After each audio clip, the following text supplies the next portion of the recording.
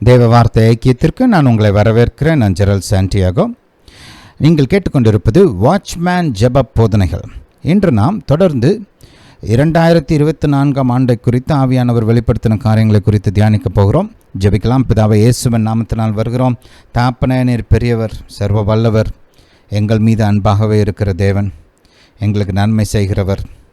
பிதாவே, நீர் நித்திய தேவன், இருந்தவர், இருக்கிறவர், இனிமேலும் வருகிறவர், முடிவை ஆரம்பம் முதலே அறிவிக்கிற தேவன், நித்தியத்தை அறிந்த தேவன். பிதாவே, உம்முடைய கிரியைகளை நீர் முன்னமே அறிவிக்கிற தேவன். உம்மை நோக்கி பார்க்கிறோம். உம்முடைய இருதயத்தை நீர் எங்களுக்கு வெளிப்படுத்த வேண்டுமா ஜெபிக்கிறோம். உம்முடைய திட்டங்களை வெளிப்படுத்த வேண்டுமா ஜெபிக்கிறோம். தாப்பனே, ஜீவிக்கிற தேவன் நீர், பேசுகிற தேவன் நீர்.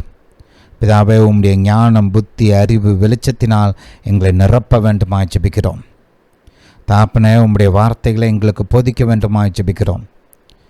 பிதாவே, கேட்குற ஒவ்வொருத்தரையும் ஆசீர்வதிக்க வேண்டுமா ஜெபிக்கிறோம். அவர்களுக்கு தேவையான பதில்கள் வெளிப்படட்டும்.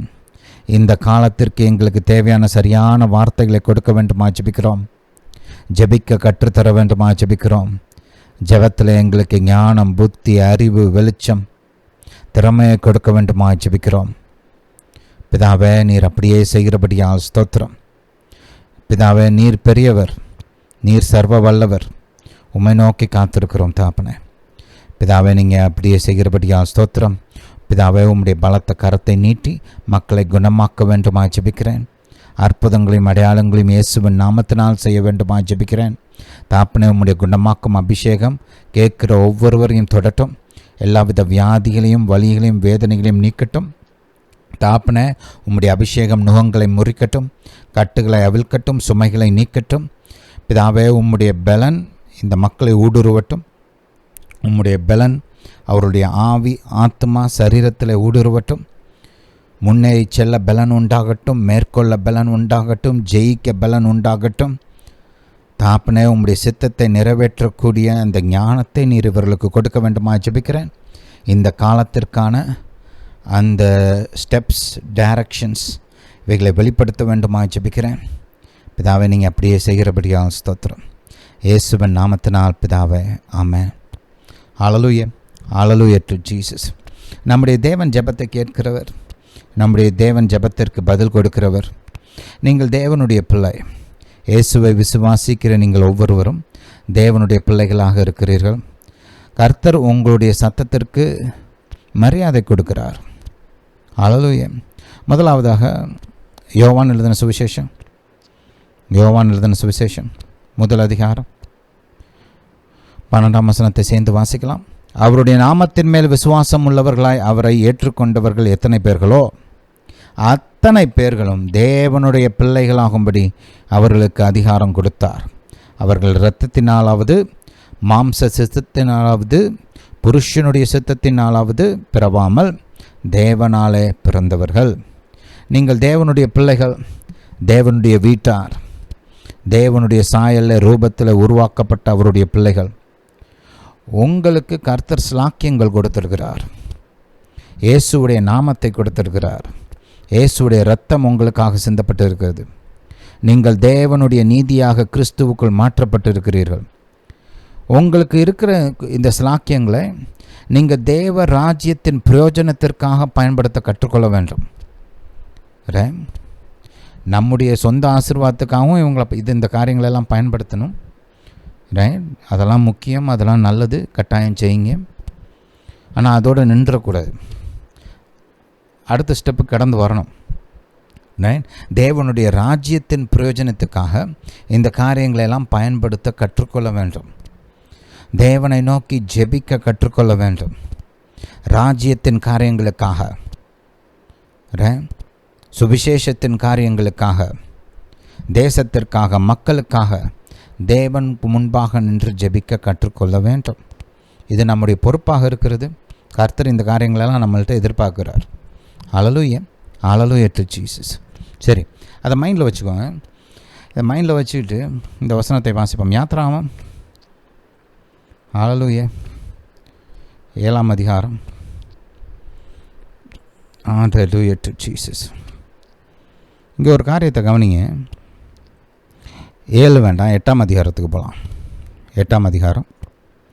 ஹல்லேலூயா. 8ஆம் அதிகாரத்தில் 12 மற்றும் 13ஆம் வசனங்களை வாசிப்போம்.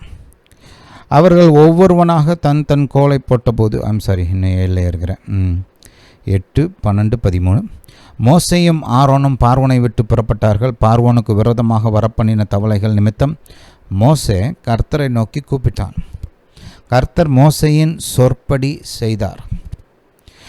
வீடுகளிலும் முற்றங்களிலும் வயல்களிலும் இருந்த தவளைகள் செத்து போயிற்று. அந்த முதல் பகுதியை கொஞ்சம் கவனிங்க. என்ன ஒரு ஆச்சரியமான ஒரு சென்டென்ஸ், எவ்வளோ மகிமையான வார்த்தைகள். கர்த்தர் வானத்தையும் பூமியும் படைத்தவர், சர்வ வல்லவர், வானங்களுக்கு மேலாக சிம்மாசனம் அமைத்து அமர்ந்திருக்கிற மகிமையின் தேவன். அவர் என்ன செய்தாராம்? மோசேயின் சொற்படி, ஒரு மனிதனின் சொற்படி செய்தாராம். ஹல்லேலூயா. ஏன்? கர்த்தர் மனிதனை அவருடைய குடும்பமாக படைத்திருக்கிறார். தன்னுடைய பிள்ளைகளுக்கு, தன்னுடைய உடன்படிக்கையின் ஜனத்துக்கு தன்னிடத்தில் ஜெபித்து பதில் பெற்றுக்கொள்ளக்கூடிய அந்த வாய்ப்பையும் ஸ்லாக்கியத்தையும் அவர் கொடுத்திருக்கிறார். இது அவருக்கு பிரியமாக இருக்கிறது. நீங்கள் கேட்கணும், அவர் பதில் கொடுக்கணும். உங்கள் ஜெபத்துக்கு பதில் கொடுக்கும் விதத்தில் அவர் பலத்த கிரியைகளை செய்யணும். இதெல்லாம் கர்த்தருக்கு பிரியமாக இருக்கிறது. கர்த்தர் விருப்பப்படுறார். இதெல்லாம் அவரே வந்து செஞ்சிடலாம். பாருங்கள், கர்த்தர் மோசையை பயன்படுத்தணும்னு அவசியமே கிடையாது. அவரே நேராக வந்து பார்வோனை மிரட்டியிருக்கலாம். ஒரு காலத்தில் கர்த்தர் இப்படி தான் ஒரு ராஜாட்ட போய், இங்கே பாரு, ஆபிரகாமுடைய மனைவி நீ அவன்கிட்ட திரும்ப அனுப்பலைன்னா நீ செத்த உன் குடும்பம் செத்துச்சு, உனக்கு உண்டான எல்லாரும் செத்து போவாங்க அப்படின்னு சொல்கிறாரு. அடுத்த நாள் பயந்து போய் சாரால அனுப்பிச்சி விட்டான் பாருங்க ராஜா. லாபான்ட்ட கர்த்தர் போய் மிரட்டுறாரு. பேசிக்காக யாக்கோப்ட்ட நீ நல்லதையும் பேசக்கூடாது, கெட்டதையும் பேசக்கூடாது. ஏன்னா போன தடவை வந்து நல்லா பேசி கவர் பண்ணி தான் உட்கார வச்சுட்டான். அப்போயே யாக்கோப் வந்து கிளம்பியிருப்பப்பில் அவங்க அப்பா வீட்டுக்கு. ஆனால் அவர்கிட்ட அப்படியே கொஞ்சம் நல்லா வளவலன்னு பேசி கொஞ்சம் பாலிஷாக கவர் பண்ணுற விதத்தில் பேசி நயமாக பேசின்னு சொல்லுவாங்களே, அந்த மாதிரி பேசி நல்ல வார்த்தைகள்லாம் பேசி அவனை உட்கார வச்சிட்டப்பில். இப்போ இந்த தடவை வந்து விரட்டிட்டு போகிறாரு இருக்கிறதெல்லாம் பிடுங்கிறதுக்கு. அதனால தான் கர்த்தர் சொல்கிறாரு, நீ நல்லதையும் பேசக்கூடாது, கெட்டதையும் பேசக்கூடாது, அமைதியாக போ அப்படின்னு சொல்கிறாரு. கர்த்தர் அந்த மாதிரி பார்வோனையும் மிரட்டியிருக்கலாம், இல்லை ஒரு தூதனை அனுப்பி மிரட்டியிருக்கலாம். நான் பார்வனை முடியாதுன்னு நான் சொல்ல போகிறேன், யோசிச்சு பாருங்க. ஆனால் கர்த்தர் மனிதனை பயன்படுத்தி பூமியில் கிரியை செய்ய வேண்டும் என்று விரும்புகிறார். ஹல்லேலூயா. என்றும் பாருங்கள், கிறிஸ்து நம்முடைய தலையாக இருக்கிறார். சபையை கர்த்தர் சரீரமாக மாற்றி இருக்கிறார்.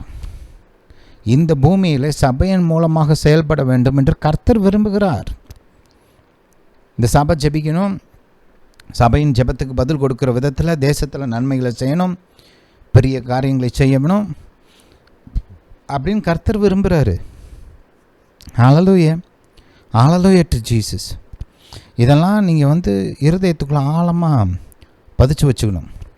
ஏன் இதெல்லாம் சொல்கிறோம், ஏன் இதெல்லாம் பார்க்குறோம் அப்படின்னா, கர்த்தர் உங்கள் ஜெபத்தை எதிர்பார்க்கிறார். இந்த தேசத்திலும் இந்த உலகத்திலும் ராஜ்யத்தின் கிரியைகளை நடப்பிப்பதற்கு உங்களுடைய ஜெபம் அவசியமாக இருக்கிறது. ஹல்லேலூயா. சங்கீதத்தில் தாவீது சொல்கிறார், கர்த்தர் நீதிமானுடைய ஜெபத்திற்கு செவிசாய்க்கிறாராம். அதே வார்த்தைகளை பேதுரு தன்னுடைய நிருபத்தில் எழுதியிருக்கிறார். 1 பேதுரு 3ஆம் அதிகாரத்தில் இருக்குது. கர்த்தர் யோசிச்சு பாருங்க, வானத்தையும் பூமியும் நிரப்புகிற கர்த்தர் நம்முடைய வார்த்தைகளுக்கு செவிசாய்க்கிறாராம், செவிசாய்த்து பதில் கொடுக்கிறார். அதனால் உங்கள் ஜெபம் முக்கியம், நீங்கள் ஜெபிக்கணும். ஹல்லேலூயா. Hallelujah to Jesus. சரி, இதெல்லாம் மைண்டில் வச்சுக்கோங்க. இன்னொரு வசனத்தை வாசித்து விட்டு நாம் ஆவியானவர் வெளிப்படுத்தின ஒரு சில காரியங்களை கவனிப்போம். 62ஆம் அதிகாரம், ஏசாயா தீர்க்கதரிசியின் புஸ்தகம் 6 மற்றும் 7 வசனங்களை வாசிப்போம். எருசலேமே, உன் மதில்களின் மேல் பகல் முழுவதும் ராம் முழுவதும் ஒரு காலம் மௌனமாயிராத ஜாமக்காரரை கட்டளையிடுகிறேன். கர்த்தரை பிரஸ்தாபம் பண்ணுகிறவர்களே, நீங்கள் அமெரிக்கையாக இருக்கலாகாது. அவர் எருசலேமை ஸ்திரப்படுத்தி பூமியிலே அதை புகழ்ச்சியாக்கும் வரைக்கும் அவரை அமர்ந்திருக்க விடாதிருங்கள். ஹல்லேலூயா. இந்த எருசலேம்ன்ற இடத்துல நீங்கள் உங்கள் சபை பேரை போட்டுக்கலாம், உங்கள் தேசத்தை போடலாம், உங்கள் பட்டணம், உங்கள் மாநிலம், இல்லை கர்த்தர் உங்களுக்கு ஜெபிக்கும்படி உங்கள் இருதய மற்ற தேசங்களையும் போட்டுக்கலாம். எல்லா காரியங்களுக்கும் அது அப்ளை ஆகும். ஹல்லேலூயா. பாருங்கள், கர்த்தர் என்ன பண்ணுறாராம், தன்னுடைய ஜாமக்காரருக்கு தன்னுடைய திட்டங்களை வெளிப்படுத்துகிறார். ஜாமக்காரர் ஜெபிக்கிற ஜனம் அந்த திட்டத்தை எடுத்து தேவனுடைய திட்டத்தை ஜெபமாக கர்த்தரிடத்தில் ஏறெடுக்கிறாங்க. கர்த்தர் அவங்க ஜெபங்களை கேட்டு பதில் கொடுக்கும் விதத்தில் தன்னுடைய திட்டத்தை பூமியில் நிறைவேற்றுகிறார். இது தேவனுடைய செயல்பாட்டு முறை, இது தேவனுடைய விருப்பம், இது தேவனுடைய ஆசை. ஹல்லேலூயா. Hallelujah to Jesus. சரி, இதெல்லாம் மைண்டில் வச்சுக்கோங்க. நம்ம போன வாரம் இந்த 2020 ஆண்டில் ஆவியானவர் குறிப்பாக காண்பித்த ஒரு சில ப்ரேயர் அசைன்மெண்ட்ஸ், ரைட், நாம் ஜெபிக்க வேண்டிய முக்கியமான காரியங்கள், பொறுப்புகளை ஆவியானவர் வெளிப்படுத்தினாருன்னு பார்த்தோம் இல்லையா? அது என்னன்றதை மட்டும் நான் லைட்டாக உங்களுக்கு நினைவுபடுத்துகிறேன். அந்த காரியங்களெல்லாம் மறுபடியும் போதிக்க இப்போ நேரம் கிடையாது, ரைட். அதெல்லாம் ஒருவேளை நீங்கள் இதுதான் ஃபஸ்ட் டைம் கேட்குறீங்க இந்த மெசேஜ் அப்படின்னா போன மெசேஜை போய் திரும்ப கேளுங்க, ரைட். அதில் கொஞ்சம் நல்லா விலாவரியாக பல காரியங்களை நம்ம பேசியிருக்கிறோம். யுத்தங்களை குறித்த அந்த சங்கதிகள், ரைட். அதுக்கு நம்ம எப்படி ரெஸ்பாண்ட் பண்ணணும், தேசத்தின் தலைவர்களுக்காக நம்ம எப்படி ஜெபிக்க வேண்டும், இந்த காரியங்களை குறித்து பார்த்தோம், ரைட். இந்திய தேசத்துக்காக குறிப்பாக நம்முடைய வடகிழக்கு மாநிலங்களுக்காக நாம் ஜெபிக்க வேண்டும், என்னென்ன காரியங்கள் நாம் ஜெபிக்க வேண்டும் என்பதையும் போன வாரம் பார்த்தோம். அதே நேரத்தில் சீனா தேசம் நம்முடைய தேசத்துக்கு விரோதமாக செய்கிற அந்த காரியங்களிலிருந்து நமக்கு பாதுகாப்பு உண்டாகணும், விடுதலை உண்டாக வேண்டும், வெற்றி உண்டாக வேண்டும், அதற்காக நாம் ஜெபிக்க வேண்டும் என்பதை குறித்து போன வாரம் பார்த்தோம். அதே போல் இந்த ஓரின சேர்க்கை, இந்த LGBTQ அவங்களுடைய அந்த காரியங்கள், கர்த்தர் பலத்த கிரியை செய்தார் நம்முடைய தேசத்தில். இந்த மோசமான இந்த கிரியைகள்லாம் நம்முடைய தேசத்தில் சட்டப்பூர்வமான கிரியைகளாக மாறாமல் கர்த்தர் தடுத்து நிறுத்தினார். அதுக்காக கர்த்தருக்கு நிறைய நன்றி சொல்லுங்கள். ஆனால் இது இதோடு நிற்காது பாருங்கள். இவங்க இதை நம்முடைய கலாச்சாரத்தை மாற்ற முயற்சிகள் எடுப்பார்கள், ஆல்ரெடி எடுக்க ஆரம்பிச்சிருக்கிறாங்க, அதெல்லாம் நடந்துகிட்டு இருக்குது. இந்த காரியங்கள் நம்முடைய தேசத்தில் பரவாமல், நம்முடைய தேசத்தில் வேரூன்றாமல், நம்முடைய இளம் பிள்ளைகள், வாலிப மக்கள், பெரியவங்களும் கூட, இவங்களாம் பாதுகாக்கப்படணும். இவங்களுக்கு இந்த காரியங்களை குறித்த வெளிச்சம் உண்டாக வேண்டும். இது எவ்வளவு பெரிய தீமை, எவ்வளவு நாசத்தை உண்டாக்கும் என்பதெல்லாம் அவங்களுக்கு வெளிப்படணும். இந்த காரியங்களை குறித்தெல்லாம் நாம் ஜெபிக்க வேண்டும் என்பதை குறித்து போன வாரம் பார்த்தோம், ரைட். அதே மாதிரி கடைசியாக போன வாரம் நாம் வசிக்கிற பகுதிகளுக்காக நாம் ஜெபிக்கணும். நீங்கள் ஒரு பட்டணத்தில் வசிக்கலாம், இல்லை ஒரு கிராமத்தில் வசிக்கலாம், இல்லை ஒரு டவுனில் வசிக்கலாம். நீங்கள் வசிக்கிற அந்த இடத்துக்கு நீங்கள் பொறுப்பெடுத்து நீங்கள் அந்த இடத்துக்காக ஜெபிக்க வேண்டும், பரிந்துரை செய்ய வேண்டும், ஜாமக்காரனாக செயல்பட வேண்டும் என்பதை குறித்து பார்த்தோம், ரைட். நீங்கள் இப்போ எந்த அளவில் இருக்கிறீங்களோ அந்த அளவில் ஸ்டார்ட் பண்ணுங்கள். எடுத்த உடனே அப்படியே மணிக்கணக்காக முதல் நாள்லேருந்து ஜெபிக்கணும் அப்படிலாம் ஒன்றும் அவசியம் கிடையாது. ஆவியானவர் உங்களை வழி நடத்துவார். ஆவியானவருக்கு இடம் கொடுங்க, அவர் உங்களை வழி நடத்துகிற பிரகாரம், ரைட். அவர் நல்லா உங்களை ட்ரெயின் பண்ணுவார், படிப்படியாக அருமையாக ட்ரெயின் பண்ண. ஆவியானவருக்கு தெரியும் நீங்கள் இப்போ எந்த இடத்துல இருக்கிறீங்க, உங்களால் எவ்வளவு செய்ய முடியும், ரைட். அதை எப்படி செய்யணும், எல்லாத்தையும் அவரே சொல்லிக் கொடுப்பார், right. Hallelujah. Hallelujah to Jesus. சரி, இன்றைக்கி இன்னும் ஒரு சில காரியங்களை நாம் கவனிக்க போகிறோம். இந்த வருஷத்தில் ஒரு சில காரியங்களுக்கு நாம் கொஞ்சம் முக்கியத்துவம் கொடுத்து ஜெபிக்க வேண்டும். ஏன்னா இதெல்லாம் தேசங்களுக்கும் தேவராஜ்யத்திற்கும் முக்கியமான காரியங்கள். முதலாவதாக நம்முடைய தேசத்தின் பாராளுமன்ற தேர்தல் இல்லையா, அதுக்காக நாம் அதிகமாக ஜெபிக்க வேண்டும். ஏங்க தேசத்தின் எலெக்ஷனில் ஜெபிக்கிறது அது ஒன்றும் ஆவிக்குரிய காரியம் மாதிரி தெரியலையே. ஒரு சிலர் அந்த மாதிரி யோசிப்பாங்க. அரசியல்ன்றது ஆவிக்குரிய காரியம் கிடையாது, ரைட். அதிலெல்லாம் கிறிஸ்தவர்கள் ஈடுபடக்கூடாது, அதுக்கெலாம் அதிகமாக கவனம் கொடுக்கக்கூடாது, அப்படிலாம் யோசிப்பாங்க. ஆனால் நீங்கள் வேதத்தை படித்து பார்த்தீங்கன்னா ஒரு தேசத்தின் ஆவிக்குரிய காரியங்களுக்கும் ராஜாக்களுக்கும் தலைவர்களுக்கும் எவ்வளவு சம்பந்தம் இருக்கிறது,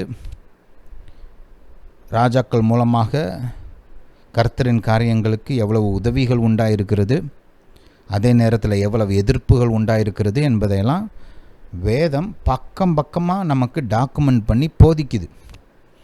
ஒரு சாப்டர் 2 சாப்டரில் புஸ்தகங்களா எத்தனையோ பக்கங்கள் இதை குறித்து எழுதப்பட்டிருக்கிறது, இந்த காரியங்களை குறித்து.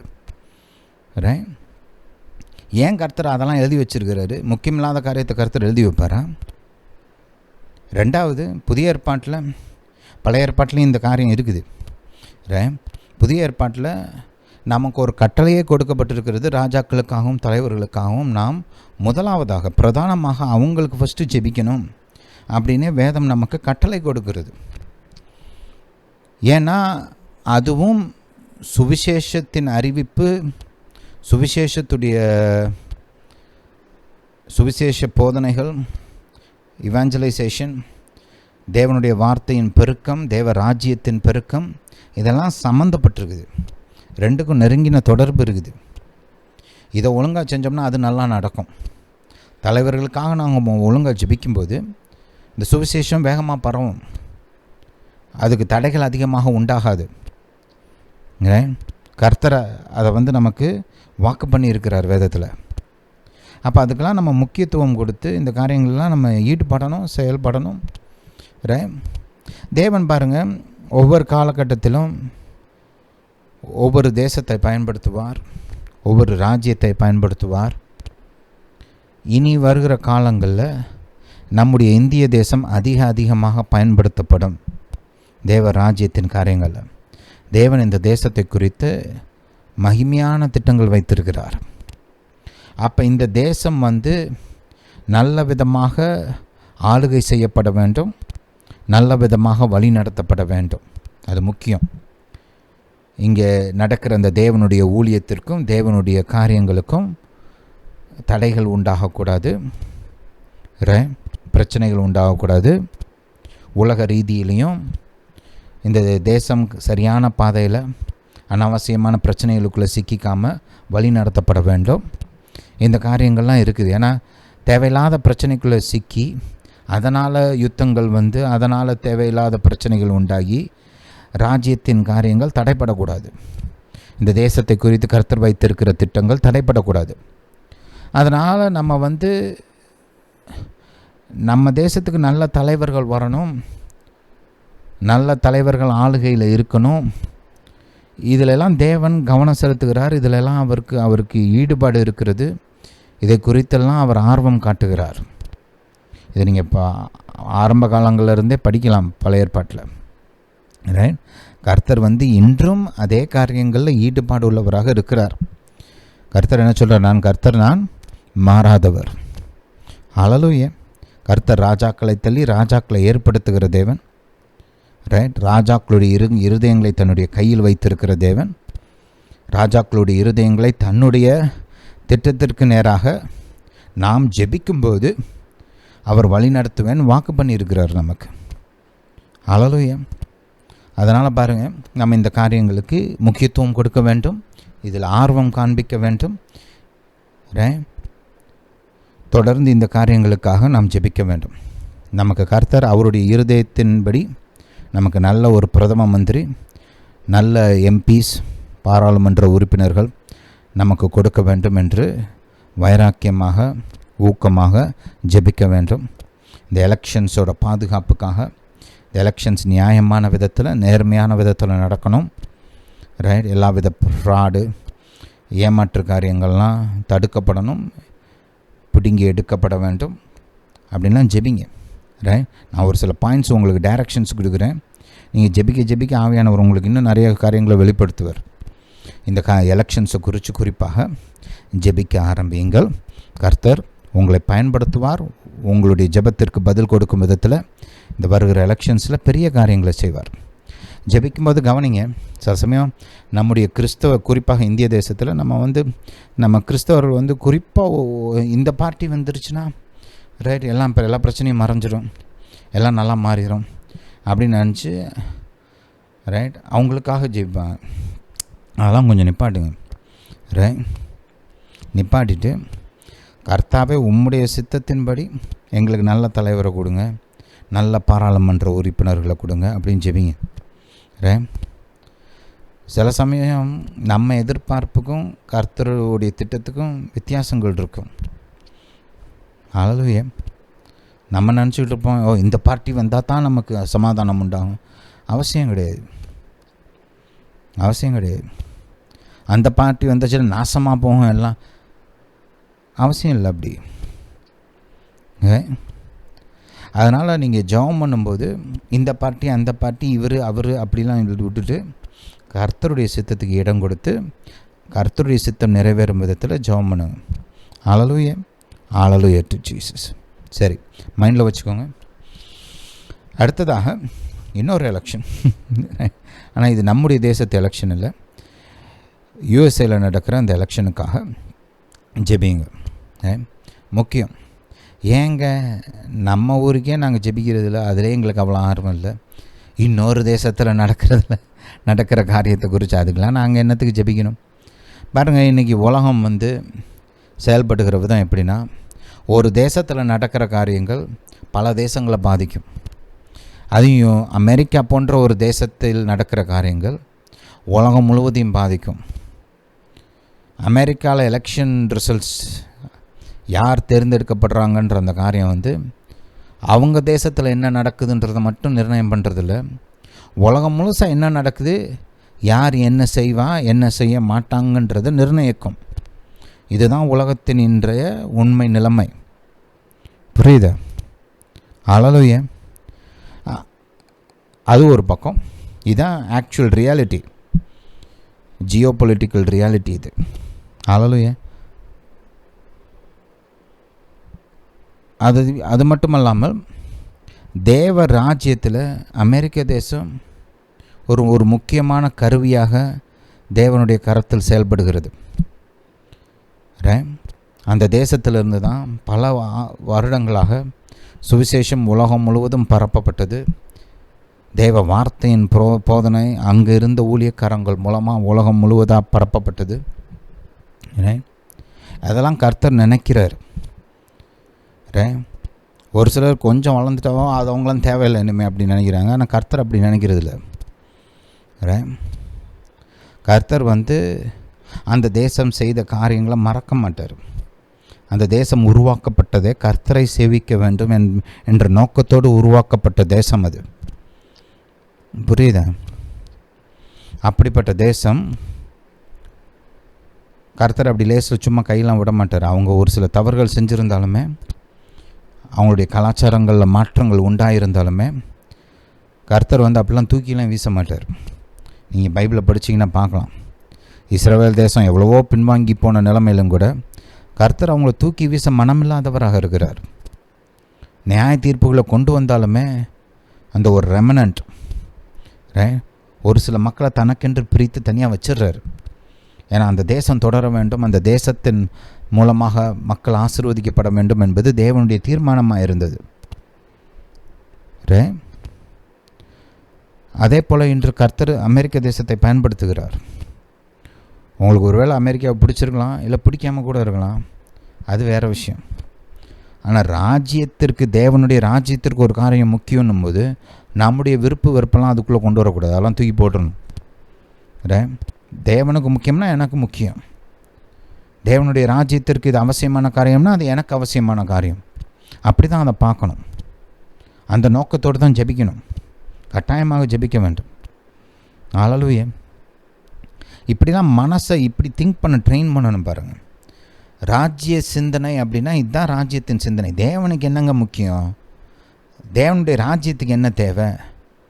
இந்த தேசத்தில், இந்த உலகத்தில் சுவிசேஷம் பரவுவதற்கு, கிறிஸ்துவ சமுதாயம் பெருகுவதற்கு, கிறிஸ்துவின் வருகையை துரிதப்படுத்துவதற்கு நான் என்னங்க செய்யணும்? அதுதான் ராஜ்ய சிந்தனை. அதுக்கெல்லாம் இதெல்லாம் முக்கியம். புரியுதா? சும்மா கர்த்தர் சீக்கிரம் வருவான்னு சொல்லிகிட்டு இருக்கிறது மட்டும் பத்தாது, இதெல்லாம் செய்யணும். புரியுதா? ஹல்லேலூயா. அப்போ கவனிங்க, இந்த அமெரிக்க தேசத்தோட எலெக்ஷன்ஸுக்காக ஜெபிங்க. கர்த்தருடைய விருப்பத்தின்படி, அவருடைய சித்தத்தின்படி நல்ல தலைவர்கள் கர்த்தர் கொடுக்க வேண்டும் என்று ஜெபிங்க. ஏன்னா அந்த தேசத்திற்கு கர்த்தர் பெரிய திட்டங்களை வைத்திருக்கிறார். அந்த தேசத்தின் மூலமாக உலகத்தில் பல நன்மைகளை செய்ய கர்த்தர் விரும்புகிறார். அதுக்கு அந்த தேசத்தின் தலைவர்கள் கர்த்தரோடு கூட கோஆப்ரேட் பண்ணுறவங்கள இருக்கிறது ரொம்ப முக்கியம். ஒரு சிம்பிளான உதாரணம், போன எலெக்ஷன்ஸில், அமெரிக்க எலெக்ஷன்ஸில் தேவ சித்தம் சரியாக நிறைவேற்றப்பட்டிருந்தால் இன்றைக்கி உலகத்தில் இருக்கிற அநேக பிரச்சனைகள், நம்ம பெரிய பிரச்சனைகளாக இன்றைக்கி உருவெடுத்து நிற்கிற அநேக காரியங்கள் நடந்திருக்காது. நான் உங்களை அடித்து சொல்ல முடியும், என்னால் நடந்திருக்காது. நடந்ததுக்கு காரணம் அந்த தேவ சித்தத்தை மிஸ் பண்ணிட்டாங்க ஜனங்கள். பல காரணங்கள் இருக்குது. அதுக்கெலாம் நான் அதிகமாக ஜெபிச்சுட்டு இருந்தேன். நான் எந்த இடத்துல மிஸ் பண்ணேன் ஜெபத்தில்? அதெல்லாம் நான் போய் போன எலெக்ஷன் சைக்கிளில் அது முடிஞ்சதுக்கப்புறம் உட்காந்து நான் என்ன ஆராய்ச்சி பார்க்க வேண்டியதாக இருந்துச்சு. ஆவியான ஒரு சில காரியங்கள்லாம் காமிச்சார், அதெல்லாம் நான் மாற்ற வேண்டியதாக இருந்துச்சு. இந்த தடவை அப்படி மிஸ்டேக்கு நடக்கக்கூடாது. ஜெபிக்கலாம், தொடர்ந்து ஜெபிங்க, தேவனை நோக்கி கருத்தாக ஜெபிங்க. கர்த்தர் நிச்சயமாகவே அவருடைய சித்தத்தை செயல்படுத்துவார். அந்த தேசம் நன்மையை அனுபவிக்கும். உலகத்தில் அந்த தேசத்தின் தலைவர்கள் மூலமாக கர்த்தர் பல காரியங்களை செய்வார். Hallelujah, hallelujah to Jesus. கடைசியாக இன்னொரு காரியத்தை பார்க்க போகிறோம். இஸ்ரவேல் தேசம். இஸ்ரவேல் தேசத்துக்காக ஜெபிக்க வேண்டியது நம்முடைய பொறுப்பாக இருக்கிறது. பொதுவாக நம்ம சில சமயம் அவங்களுக்கு பிரச்சனைன்னு வரும்போது நம்ம எல்லாரும் ஜெபிக்கிறோம். அதெல்லாம் ரொம்ப பாராட்டணும், அதெல்லாம் நல்ல காரியம். நம்முடைய தேசமில் அது வேறு ஒரு தேசம் இருந்தாலும் நம்ம வேதாகமத்துக்கு மரியாதை கொடுத்து கர்த்தருடைய வார்த்தையை முக்கியத்துவப்படுத்தி நாம் இஸ்ரவேல் தேசத்தினால் அடைந்த பிரயோஜனங்களை நாம் நினைத்து பார்த்து அவங்களுக்காக ஜெபிக்கிறோம். அதெல்லாம் நல்லது. அதெல்லாம் உண்மையிலேயே பாராட்டப்பட வேண்டிய காரியம். நம்ம இனி வருங்காலங்களில் ஒரு ஸ்டெப்பை இன்னும் கொஞ்சம் அடுத்த ஸ்டெப்புக்குள்ளே கடந்து வரணும். அவங்களுக்காக தொடர்ந்து ஜெபிக்கிற ஒரு பழக்கத்தை ஏற்படுத்திக்கங்க. பல ஆண்டுகளுக்கு முன்பாக எனக்கு நல்லா ஞாபகம் இருக்குது, கர்த்தர் எனக்கு இஸ்ரவேல் தேசத்தை குறித்து சொல்லிக் கொடுக்க ஆரம்பித்தார். வேதாகமத்தின் மூலமாகவும் ஒரு சில ஊழியக்காரர்கள் மூலமாகவும் கர்த்தர் எனக்கு இந்த இஸ்ரவேல் தேசத்தை குறித்து போதிக்க ஆரம்பித்தார். அப்போ நானும் அவங்களுக்காக ஜெபிக்க ஆரம்பித்தேன். அப்போ ஒரு நாள் பார்த்திங்கன்னா தூங்கிட்டு இருந்தேன். காலையில் தூங்கி எந்திரிச்ச உடனே வேதாகமத்தில் சொல்லியிருக்கிறபடி நம்முடைய தேசத்தின் தலைவர்களுக்காக முதலாவது ஜெபம் பண்ணிவிட்டு அடுத்ததாக இஸ்ரவேல் தேசத்துக்கு ஜெபித்தேன். ஜெபிச்சு முடித்த உடனே ஆவியானவர் எனக்குள்ளே இருந்து பேசினார் பாருங்க, இந்த காரியத்தை நீ டெய்லி செஞ்சினா உன் வாழ்க்கையை நான் கட்டுவேன் அப்படின்னாரு. ஹல்லேலூயா. ஏன்னு கேட்டால் இது ரெண்டும் தேவராஜ்யத்திற்கு முக்கியம். இந்த தேசத்தில் தேவராஜ்யம் செயல்படுவதற்கு, தேவராஜ்யம் பெருகுவதற்கு நம்முடைய தலைவர்களுக்கு ஜெபிக்கிற ஜெபம் ரொம்ப முக்கியம். இஸ்ரவேல் தேசம் தேவராஜ்யத்தில் மிகவும் முக்கியமான ஒரு காரியம். அவங்களுக்காக ஜெபிப்பதும் தேவனுடைய பார்வையில் விலையேறப்பட்டதாக இருக்கிறது. அப்போ அந்த காரியங்களை நான் முக்கியப்படுத்தி ஜெபிக்கும்போது நான் என்ன செய்கிறேன், தேவராஜ்யத்தை முதலாவது வைக்கிறேன், தேவராஜ்யத்தை தேடுறேன். தேவராஜ்யத்தின் காரியங்கள் எனக்கு முக்கியமாக இருக்குது. ஹல்லேலூயா. அதனால் கர்த்தர் சொல்கிறார், நீ ஏன் ராஜ்யத்தை தேடுறதுனால, கர்த்தர் சொன்னதை நான் இன்னொரு வகையில் பேரப்ரைஸ் பண்ணி சொல்லணும் அப்படின்னா, நீ என் ராஜ்யத்தின் காரியங்களுக்கு முக்கியத்துவப்படுத்தும் போது நான் உன் வாழ்க்கையை நான் கட்டுறேன். வேதாகமத்தில் கர்த்தர் சொல்கிறார் இல்லையா தாவீதுட்ட, நீ ஏன் ஆலயத்தை கட்டணும்னு நினைக்கிறேன், நான் உன் ஆலயத்தை கட்டுறேன் அப்படின்றார் இல்லையா? சரி, நீ ஏன் தப்பாக சொல்லிட்டேன், நீ ஏன் ஆலயத்தை எனக்கு வீடு கட்டணும்னு நினைக்கிற, நீ நான் உன் வீட்டை கட்டுறேன் அப்படின்னு சொல்லி கர்த்தர் வாக்கு கொடுக்குறாரு இல்லையா? அந்த மாதிரி தான் நீங்கள் ஆகாய தீர்க்கதரிசியில் இதோட நெகட்டிவாக பார்க்கலாம். இது பாசிட்டிவ். இது இன்னொரு இடத்துல அதோட நெகட்டிவாக ஆப்போசிட்டாக கர்த்தர் ஒரு காரியத்தை சொல்கிறார். பாபிலோன்லேருந்து விடுதலையாக்கப்பட்ட ஜனங்கள் எருசலேமுக்கு வந்துட்டாங்க. ஆனால் வந்துட்டு தேவாலயத்தை கட்ட அவங்க முயற்சி பண்ணும்போது எதிர்ப்புகள் உண்டாகுது, சோர்ந்து போயிட்டாங்க. தேவாலயத்தை கட்டாமல் அது கவனம் கொடுக்காம கர்த்தருடைய ஆலயத்தை கட்டுவதற்கு இது நேரம் இல்லை அப்படின்னு சொல்லிட்டு அவங்க வீடை கட்ட ஆரம்பிக்கிறாங்க. அதில் ரொம்ப கவனம் கொடுக்க ஆரம்பிக்கிறாங்க. உனக்கு கர்த்தர் கேட்குறாரு, என் வீடை கட்டுறதுக்கு உனக்கு நேரம் இல்லை, இது நேரம் இல்லைன்னு சொல்கிறேன், உன் வீடை கட்டுறதுக்கு இதுதான் நேரமா? அப்படியே கேட்குறாரு பாருங்க. ஹல்லேலூயா. என்ன அர்த்தம்? அதே பாயிண்ட்டு தான் வேறு விதமாக கர்த்தர் சொல்கிறாரு. என் ராஜ்யத்தை முக்கியத்துவப்படுத்து, எனக்கு முக்கியமானது நீ முக்கியத்துவப்படுத்து, அதை செய், அதை செய்யும்போது நான் உன் வீட்டை கட்டுறேன். அதைத்தான் இங்கே வேறு விதத்தில் சொல்கிறார். ஹல்லேலூயா. நம்முடைய ஆண்டவராக இயேசு சொன்னார் இல்லையா, முதலாவது தேவனுடைய ராஜ்யத்தையும் அவருடைய நீதியும் தேடுங்கள், அப்போது இவைகள் எல்லாம் உங்களுக்கு கூட கொடுக்கப்படும். ஒரே பிரமாணம் தான், அது பல விதத்தில் வேதம் நமக்கு போதிக்கிறது. ஹல்லேலூயா. அந்த விதத்தில் பாருங்கள், இஸ்ரவேல் தேசம் தேவனுடைய ராஜ்யத்தில் அதிமுக்கியமான ஒரு காரியம். அந்த ஜனம், அவருடைய ரட்சிப்பு, அவருடைய நலன், அவருடைய தேசம், இதெல்லாம் தேவனுக்கு ரொம்ப முக்கியம். ஒரு சிலர் நம்ம புதிய ஏற்பாட்டுக்குள்ளே வந்துட்டோம், அதனால் இஸ்ரவேல் முக்கியமில்லை நினச்சிட்டு இருக்கிறாங்க. ஐயோ, அது தவறான போதனை. அப்படிலாம் கிடையாது. இஸ்ரவேல் தேசம் அதிமுக்கியம். அதுக்குள்ளே நான் டீட்டெயிலாக போக விரும்பலை, இப்போ டைம் இல்லை. ஆனால் படிங்க, வேதாமத்தை படித்து பார்த்தீங்கன்னா நம்முடைய ஆண்டவராக இயேசு வரும்போது எங்கே தன்னுடைய சிங்காசனத்தை எங்கே வைக்க போகிறாரு? நியூ டெல்லிலையா, லண்டன்லையா, நியூயார்க்லையா? இல்லை, எருசலேமில். பரலோகத்தில் கூட பரம எருசலேம்னு ஒரு நகரத்தை கர்த்தர் ரெடி பண்ணிகிட்ருக்கிறாரு. ஹல்லேலூயா.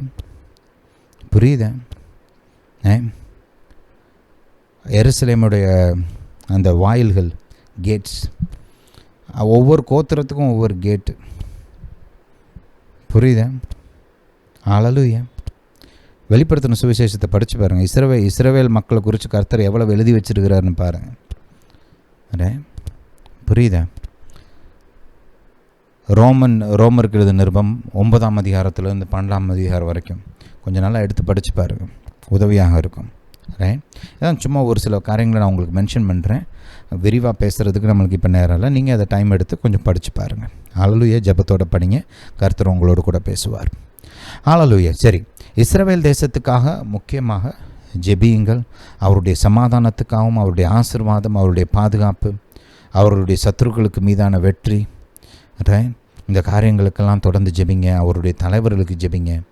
உலகம் முழுவதும் இருந்து அந்த தேசத்தை பாடாப்படுத்துகிறாங்க. அக்கிரமக்காரன், கொலைகாரன் எல்லாத்தையும் விட்டுருவாங்க. மக்கள் தங்களுடைய சொந்த தேசத்து மக்களை கொடுமைப்படுத்தி கொலை பண்ணுறவனெல்லாம் விட்டுருவாங்க. இஸ்ரவேல் தேசத்து மேலே போய் பாயிறது. இது உலகத்தின் போக்காக இருக்குது. இங்கிலீஷில் இது ஆன்டிசெமிட்டிசம் அப்படின்னு சொல்லுவாங்க. யூத ஜனங்கள் மீது ஒரு வெறுப்பு, அவங்களுக்கு விரோதமான கிரியைகள். பல தேசங்களும் இந்த காரியங்கள் நடக்குது. தேவ ஜனம் வெறுக்கப்படுகிறார்கள், அவங்களுக்கு தீமைகளும் கொடுமைகளும் இழைக்கப்படுது. அவங்கள நாம் மறக்கக்கூடாது, நாம் நினைவில் கொள்ள வேண்டும், அவங்களுக்காக ஜெபிக்க வேண்டும். அவங்களுடைய நலனுக்காக, அவங்களுடைய வெற்றிக்காக, அவங்களுடைய பாதுகாப்புக்காக, அவங்களுடைய ரட்சிப்புக்காக, இதுக்கெல்லாம் நாம் ஜெபிக்க வேண்டும். ஹல்லேலூயா. அவங்களுடைய தலைவர்களுக்காகவும் ஜெபிங்க. எவ்வளவு நுணுக்கமாக காரியங்களை அவங்க செய்ய வேண்டியது இருக்குது தெரியுமா? வேறு எந்த தேசத்து தலைவர்கள் மீது அவ்வளோ ப்ரெஷர் கிடையாது. ஆனால் அந்த தேசத்து தலைவர் மீது அவ்வளோ ப்ரெஷர். அது உள்ளூர் அரசியலில் இருந்து மட்டும் இல்லை, உலகம் முழுந்தும் இருந்து பல விதமான தேசங்களை அவங்க மேலே பல விதங்களில் போடுற ப்ரெஷர் இருக்குது. அதெல்லாம் தாண்டி அவங்க நல்லா வேலை பார்க்கணும். ஹல்லேலூயா. உள்நாட்டு அரசியல் அது வேறு விஷயம். ஈஸி கிடையாது. அதெல்லாம் அவங்களுக்காகலாம் ஜெபிங்க. இப்படி தேசத்தின் ராஜ்யத்தின் காரியங்களை நீங்கள் முக்கியப்படுத்தி ஜெபிக்கும்போது கர்த்தர் நிச்சயமாகவே உங்கள் வாழ்க்கையை கட்டுவார், உங்களுக்கு நன்மைகளை செய்வார். ஹல்லேலூயா. Hallelujah to Jesus. இந்த போதனை கேட்டபடியால் நன்றி. கர்த்தர் உங்களை ஆசீர்வதிப்பாராக. நம்முடைய இயேசு ராஜா சீக்கிரம் வருகிறார்.